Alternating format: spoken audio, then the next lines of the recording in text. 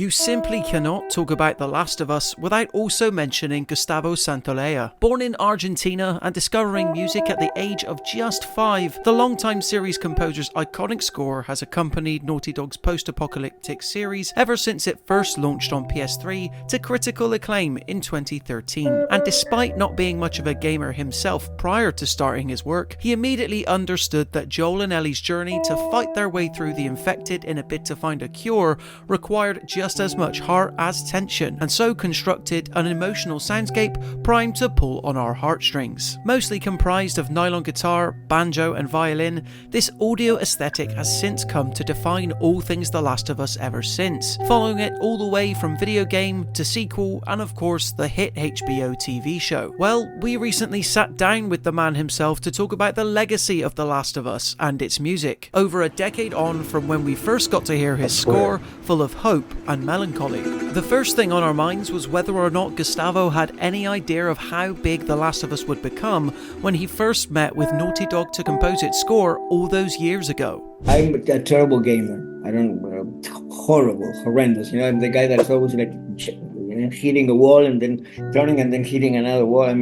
But I do enjoy watching other people play, right? Even in the band, in Bajo Fondo, I like to watch the guys play FIFA. I watch those like if I would be watching a match on TV, But we do have a son that when I started playing, working on The Last of Us, he was in his mid-teen years and he was a really good player, and I used to enjoy just sitting down for a while and watching him play, right? And I always thought, if somebody sometime, likes to connect with a gamer in a more emotional level, in a deep way, something that is beyond just combat, survival, the fighting, the killing, it's going to really change the whole thing. It's going to really be a revolution, I had that vision. Gustavo had received offers to compose for video games many times before he was approached by creative director Neil Druckmann. And while he didn't know exactly just how beloved the world of The Last of Us would go on to become, nor how essential a core ingredient his music would be, he felt it was a worthwhile endeavour. Having already won 2 Oscars in as many years consecutively, first for Ang Lee's Brokeback Mountain in 2005,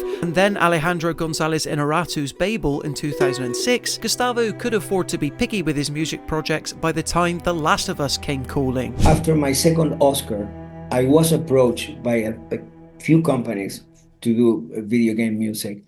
One of them a big company, and a couple of those were really big projects in every sense, a lot of money and lot big exposure and good games for the standards of the industry. Great games, but more of that same thing, and I always like to say that I guess whatever success I have achieved in my career had to do not only with the stuff that I've done, but also with the stuff that I say, no, I'm not going to do this, As good as those offers were, from certain aspects, they didn't really reverberate with my vision of what I was looking for, It's hard to imagine some of the most moving moments in The Last of Us existing without the deft ear and hand offered by Gustavo. Whether it's the titular theme based around arpeggios played on guitar, or the final scenes of the first game in which Joel saves Ellie from the hospital table against the backdrop of a beautiful track called All Gone. The music is intertwined with the emotional beats, a fact that saw Gustavo himself quickly recognized and welcomed with open arms by the game-playing community in a way that few other video game composers have managed. When The Last of Us Part 2 released in 2020, Gustavo's impact on the series became even more palpable, with Naughty Dog giving him an in-game cameo in the starting town of Jackson. You can find him as an inhabitant playing guitar mid the crowd right next to a cutesy dog, where he appears as a very organic part of the world. Attention to Gustavo's commitment to the series had a light shone onto it even more recently though, thanks to the release of The Last of Us Part 2 Remastered, which, in addition to offering souped up technical upgrades for PS5, also included a dedicated guitar free play mode. All the usual suspects like Joel and Ellie could be used as the player avatar, but rather appropriately, so too could Gustavo in yet another appreciative cameo nod. Even Gustavo recognizes that this relationship with The Last of Us and its community runs deep. Man, I've been working on this project for 10 years, and the connection that my music has established with the fans of the game is totally unique. I've been blessed with the fact that I've connected with my music since a very early age. I started making records when I was 17 years old. I had a big band in Argentina when I was 20. And then, as a producer, I have produced more than 100 albums of alternative Latin music and won a lot of Grammys. And then I went into the movies, and very organically, everything. There was never like a master plan or Hollywood agents, nothing of that kind. Everything happened kind of like in an organic way. And I always had fans, always had people that connected with the music. But then The Last of Us came. And then the relationship between my music and myself now with the fans and the people, it's very intense. It's really different than the other people that like my work on films and stuff. I mean, it's really passionate and very, very soulful connection. It's incredible. I mean, it's something that never ceases to amaze me, And, Craig, amazing, and Neil Druckmann said something that I really liked. They say that my music is part of the DNA of The Last of Us. It's like, it goes together, right? And I mean, I think, part of the reason why I'm in the second game, I don't know if you know that, but I'm like, they are playing the band. Oh, yeah. Because of the love that the fans have projected for my music, it's just the result of that. Such love is why, much to the joy of longtime fans, the TV adaptation of the first game felt like it would be in safe hands musically once Gustavo's involvement was officially confirmed. Without iconic tracks like All Gone, Vanishing Grace, and that iconic theme, alongside new pieces composed exclusively for the show, the Pedro Pascal and Bella Ramsey starring venture simply wouldn't have felt like the same The Last of Us that PlayStation fans already knew. According to Gustavo, the HBO version's immense success was solidified once Craig Mazin of Chernobyl and The Hangover fame was revealed to be the showrunner alongside Naughty Dog's Druckmann. Because of the connection already established, I never thought that I was not going to be a part of it. You know what I mean? We know that anyways, in Hollywood or in the entertainment industry, anything can happen. Right? I mean, anything can happen. And I know there have been previously some intents of making it into a movie and making different things that never really came to fruition, for different reasons that I don't know, but I know that this is something that Neil has been very, very jealous about, with good reasons, because it's it's his baby, but he found in Craig, I think, the person that was what determined him to let's do it.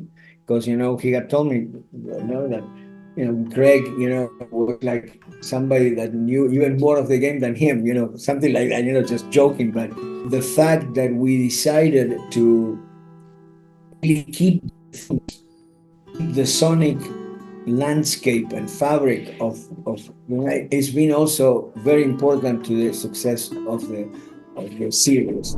Currently, there are no announced plans for The Last of Us Part 3, but many would hope that this isn't the case.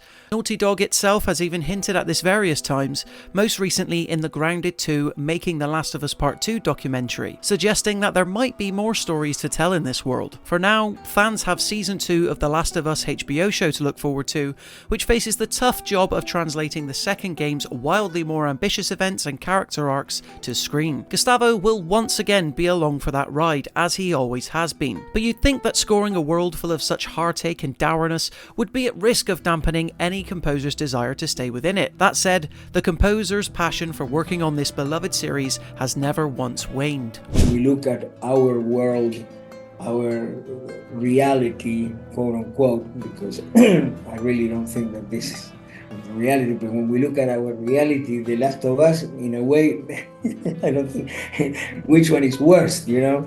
And so I think basically in both worlds, in the real and unreal, and the reality and irreality of both worlds, there is something that keep us alive, you know, and that's, you know, our hope for a better world, our hope of a solution, our possibility of love, and our possibility of helping each other. And I think all those things that we, I think, try to apply in our everyday life are things that I applied also when I'm thinking that I'm in The Last of Us world, you know. It's that need of take care of each other and of pay attention, you know, constantly to what's going on, and you know, and surround yourself with, you know, good people, and try to do stuff, which is what I try to do with my music, to do stuff that will affect people in a positive way. You know, when I feel what happened yesterday in that room, or people, you know, when they left that place, I tend to think or to feel that they've been somehow, you know, affected in a good way, that they will go with a sense of hope, with a sense of that there is something that can bring us together to a place where we can feel good, you know. And that sometimes, you know, you can cry because you feel so good, you know. And so it's all that inspires me to make music in the first place. In the words of Gustavo himself then, and as the stories told in the world of The Last of Us have proved so far, whenever times appear darkest, we can always rest easy knowing that we can look for the light, a light that undoubtedly shines brighter thanks to the impact that Gustavo's music has always had, and seemingly always will.